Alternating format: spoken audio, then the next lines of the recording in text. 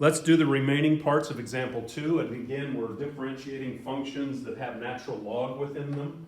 That would be the new idea that we're plugging into this. And so on this first one, without belaboring the point, that's not multiplication, right? Let's say the words, right?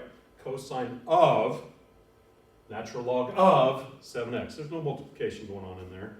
I guess there is between the 7 and the x, but okay. So I hope your brain is thinking, chain. We got this outside-inside scenario. So wouldn't you start with the most external? The operation that's furthest from x, that's the discussion we had back when we did chain rule.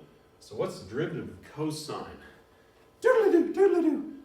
That was on a slide. What is that? Negative sine. That's old stuff. We're going way back. Now we're back to derivatives. Man, it's hard. We were doing integrals for a while. Now we're back to derivatives. Don't you leave the inside expression alone. So you leave that alone. Then you cover that up. You go, I'm done with you. Then you look at what's left standing and you go, now who's external? Natural log. So you do it. And what's the derivative rule for natural log of something? 1 over that something. So that would produce 1 over 7x. Remember, the 7x stays as is so far. And this would be the derivative rule that would emerge for this. Natural log of something, 1 over something. And then, and then what's the derivative of 7x? 7. Boom, boom. This whole problem, unfortunately, would be incorrect if you didn't do that 7 on the end, because you would not have carried the chain rule to its full extent. So, be careful with stuff like that. Make sure you carry it all the way through. Okay, so I think that's the best I can do with that. All right, let's pull this next one underneath here. Now, again, I'm extremely hopeful that the rewrite things are coming in your head. The square root of x to the 5th is x to the 5 over 2 power, and that we've changed radicals to fractional exponents extensively. And then we've got natural log 4x minus 3. What? Times! Isn't this two expressions with multiplication between them? And I would again hope that your major thought would be, that is the product rule. U times V. Ursula times Veronica. Each factor gets a term. Each child gets a term being a derivative. So we should be thinking product rule here. My pattern is to leave the first one alone and differentiate the second one. Natural log inside. We've done enough of these. Wouldn't that be 1 over 4x minus 3 times 4? Isn't that all the derivative of that? Again, applying chain rule. We've done enough of these. I hope that pattern is holding up for you. And then, when do I get to be a derivative, Mom, Dad? Plus power rule, 5 halves x to the 5 halves minus 1. Oh my gosh, we got to go back to derivatives. We got to flip our brain back. We've been doing integrals. Yeah, I know. That'd be the power rule. And then, of course, this has already had a term being a derivative, so it just transfers down as is. And there it is. All right.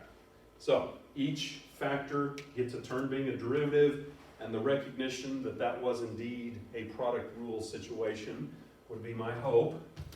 All right, and now we'll finish out this particular slide. And look, your homework will have similar types of questions. They're not going to be identical, but we're checking if you remember things like product and chain.